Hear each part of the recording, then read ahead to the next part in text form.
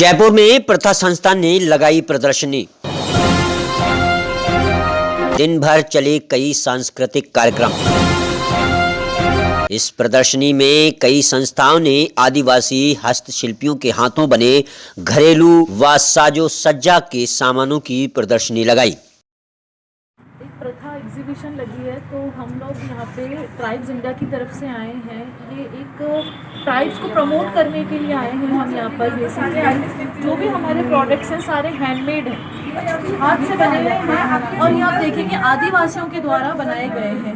हर एक प्रोडक्ट है, और हम यहाँ पे जो भी उनकी आदिवासियों के प्रोडक्ट्स की हम यहाँ पे मार्केटिंग करते हैं, और जो भी आदिवासी ये चीज़ें बनाते हैं उनको, उनकी कला को हम एक तरीके से आगे लेके आ रहे हैं।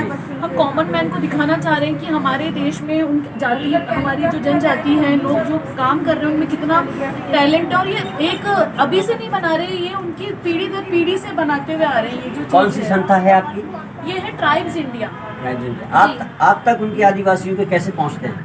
ये हम उनके पास कहाँ से पहुँचते हैं जी। हम अपना, ये सेंट्रल गवर्नमेंट ऑर्गेनाइजेशन है। अच्छा। तो हम छोटी छोटी जगह से ट्राइब्स को उठाते हैं, उनकी कला देखते हैं किस तरीके से बनाते हैं वो प्रोडक्ट्स, और उन्हीं के प्रोडक्ट्स को हम अपने द्वारा उनको सरकार बेचती है। क्योंकि उनको कई बार ऐसा होता है कि उनको सही प्रमोट नहीं करना आता अपने प्रोडक्ट्स को, तो हम लोग जो हैं उनको सही माध्यम से लोगों तक पहुंचाते हैं उनकी आर्ट को एक तरीके से बेसिकली। हाँ जी।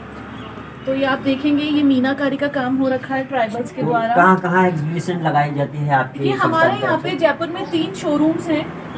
एक तो राजस्थली में है हमारा MI रोड के अंदर ट्राइब्स इंडिया शोरूम। अच्छा। एक अपना आमेर फोर्ट पे है। अच्छा। और एक अपना जयपुर एयरपोर्ट पे है। 3 जगह अपने इनके शोरूम्स हैं। अच्छा। वहाँ सब ये आदिवासियों के ही बनाए हुए? जी बिल्कुल, ये सब आदिवासियों के बनाए हुए प्रोडक्ट्स हैं, और हम ऑल ओवर इंडिया के हैं। अच्छा। हाँ, बेसिकली सिर्फ राजस्थान के प्रोडक्ट हम नहीं वो करते सेल आउट, हम ऑल ओवर इंडिया के अलग अलग तरीके के आर्ट जो हैं वो लोगों तक पहुँचा रहे हैं। हस्तशिल्प में आता है? हस्तशिल्प, हाँ। जनजाति जो है अपनी, उनको हम लोग जो ट्राइब्स हैं, और हमारा जो है 80% जो प्रॉफिट है वो सीधा ट्राइब्स के पास पहुँचता है। उन लोगों से आपको खरीदना पड़ता है या आप उनको इसका मुनाफा देती हैं? हाँ, हम उनसे खरीदते हैं, वो बनाते हैं, हम उनसे उचित दाम में खरीदते हैं, और उसी को हम उचित दाम में लोगों तक पहुंचाते हैं। जी, उन्हीं के प्रोडक्ट्स की हम मार्केटिंग करते हैं। हम 8 कैटेगरीज में डील करते हैं। उनका टेक्सटाइल भी हम बेचते हैं, अपना मेटल हो गया, और ज्वेलरी हो गया, पेंटिंग्स हो गया, और हर चीज़ अपन उनकी द्वारा जो भी उन्होंने बनाई है उसको अपन अपने माध्यम से बेचते हैं, उनकी मार्केटिंग अपन करते हैं। अच्छा, मिनिस्टर ऑफ ट्राइबल आर्ट, हाँ जी, गवर्नमेंट ऑफ इंडिया। हाँ।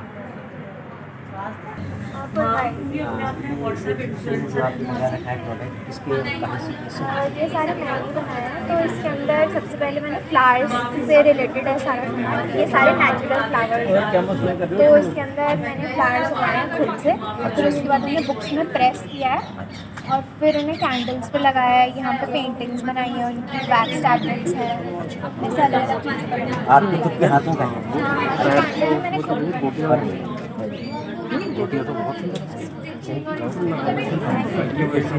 मैम, क्या नाम है आपका? नेहा। क्या है ये आपके हाथों के बने हुए हैं? ये आपने खुद अपने हाथों से बनाए? कौन कौन सी एग्जीबिशन में आप अपने स्टॉल लगाते हैं? जो भी आर्ट एंड क्राफ्ट से रिलेटेड होती है उसके अंदर वर्कशॉप्स हम ज़्यादा करते हैं, सेलिंग का कम होता है, तो सिखाने का ज़्यादा काम है मेरा। सिखाने का?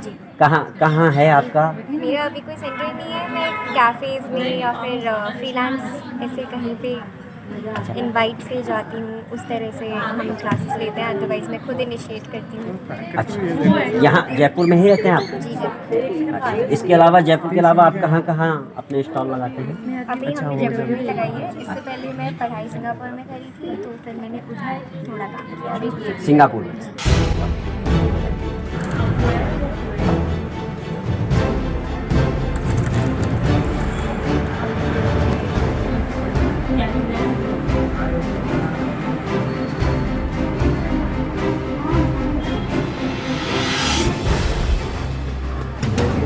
इस प्रदर्शनी में मुशायरे का आयोजन मुख्य रहा। कार्यक्रम की आयोजक अक्षिता राणा की उर्दू में दिलचस्पी होने के चलते ये मुशायरा कराया गया। लंबी उम्र देगा ऊपर वाला। हमारी दुआएं इनके साथ हैं। जब तक ऐसे अदबदार लोग दुनिया में हैं, ये आसमान टिका हुआ है, जमीन अपनी जगह मौजूद है। कम समझ हैं जो जबानों को कम समझते हैं। क्या बात, क्या बात। जबान भाषा को भी कहते हैं। वो कम समझ हैं जो जबानों को कम समझते हैं। हमने चखी है हिंदी उर्दू को, इसकी लज्जत को हम समझते हैं। चिड़िया दाना ढूंढती तितली ढूंढे फूल, चिड़िया दाना ढूंढती तितली ढूंढे फूल, दरिया ढूंढे रास्ता, खोज जगत का मूल। तो खोजना ही जगत का मूल है, खोजते रहिए। बहुत बहुत शुक्रिया, धन्यवाद। बहुत खूब, बहुत खूब। आप थे जनाब डॉक्टर गौरे सोनी साहब, ज़मीर की आवाज़ पर बहुत बेहतरीन हमारे मशाख और पुराने शुअरा ने आपको दाद से नवाजा। यही आपकी काबिलियत और मकबूलियत की पहचान हुई। गज़ल के चंद शेर समाप्त कर लें। यहाँ उस्ताद शायर भी तशरीफ़ फरमा है। इसका एक को ख़त्म कर दें। नहीं, और लग रहा है कि बहुत अच्छे ज़हीन लोग हैं जो सुन रहे हैं। शायरी में खुश्क शेरों किससे करे शिकायत, किससे करे गिला, अपना ही यार जब है दुश्मन से जा मिला। क्या बात, बहुत खूब। अब पुरान रहा कि किस विषय पे किया गया था और क्या क्या था ये जो पूरा इवेंट था, ये प्रथा हमने एक नई ऑर्गेनाइजेशन स्टार्ट की है जो हम इंडिया का एक कल्चरल सेंटर बनाना चाहते हैं। तो उसी के अंदर हम लोग ये 3 महीने पहले शुरू हुआ और अभी हमारा पहला इवेंट था। और इस पूरे इवेंट की थीम मुगल ये थीम। मास्क हटा सकता नहीं है, मास्क यहाँ कोरोना नहीं है। ये पूरी थोड़ा सा पास से हाँ लीजिए, मुगल थीम का फिर उधर का उधर से इधर आ जाइए, इधर साइड। हाँ बेटा इधर ही आ जाओ। आप पूरा मुगल इवेंट का मुगल थीम का पूरा ये इवेंट था। इसके अंदर हमारे सुबह पहले एग्जीबिशन थी जिसके अंदर miniature painting, blue pottery, textile, vaccine making, candles और ऐसी बहुत सारी अलग अलग तरह की चीज़ों का प्रदर्शन हुआ था। और उसके बाद उसके साइड बाय साइड ही बहुत सारी वर्कशॉप्स भी चल रही थी, जैसे ब्लॉक प्रिंटिंग की वर्कशॉप, वैक्सीन की वर्कशॉप, और काफ़ी लोग ने उसमें भाग लिया। काफ़ी अच्छा पार्टिसिपेशन रहा। फिर शाम को हमारे यहाँ पे मिनिएचर पेंटिंग में पद्मश्री विनर तिलकिताई जी आए थे और उन्होंने सारे लोगों के साथ इंटरैक्ट किया, उनको मिनिएचर पेंटिंग के बारे में काफ़ी कुछ सिखाया। जिसके बाद फिर हमारा मुशायरा था जिसके अंदर सारे जयपुर के बड़े से बड़े कलाकार शायर लोग आए थे। और अब जो होने वाला है वो कथक और तबला की परफॉर्मेंस होने वाली है। और तबला का परफॉर्मेंस एक 4th क्लास के स्टूडेंट देवांश सिंह उत्पल करने वाले हैं। अच्छा। और कथक एक जयपुर की बहुत बड़ी कथक डांसर है रश्मि उत्पल जी, वो करने वाली है। तो इस पूरी थीम का बेसिकली यही था पूरे इवेंट का मकसद कि मुगल से रिलेटेड हम कुछ जो भी चाहे डांस हो, म्यूज़िक हो, पोइट्री हो, आर्ट हो, हम लोग सब कुछ जितना ज़्यादा कवर कर सके उतना हमने किया। और इसके साथ साथ हमारे पास एक रीडिंग कॉर्नर भी था जहाँ पे मुगल थीम के ऊपर बहुत सारी किताबें रखी गई थी। और शतरंज का भी कॉर्नर, हाँ वो देखा था, हाँ। शतरंज को देखा। तो इसी तरह छोटा सा था लेकिन हमने कोशिश की कि हम सब कुछ इसमें कवर कर सकें। आर्ट, म्यूज़िक, डांस, सब कुछ मुगल ज़माने से रिलेटेड। तो यही था। अच्छा, उर्दू से कैसे आपको लगाव हुआ? उर्दू में आपने कैसे? उर्दू ज़बानी ऐसी है कि जो इसको पहली बार सुनता है या पढ़ता है उसको उससे थोड़ा बहुत अट्रैक्शन तो हो ही जाता है। जी जी। और फिर उसके बाद मेरी मुलाकात इमाम साहब से हुई, इमाम समीर इमरत साहब से।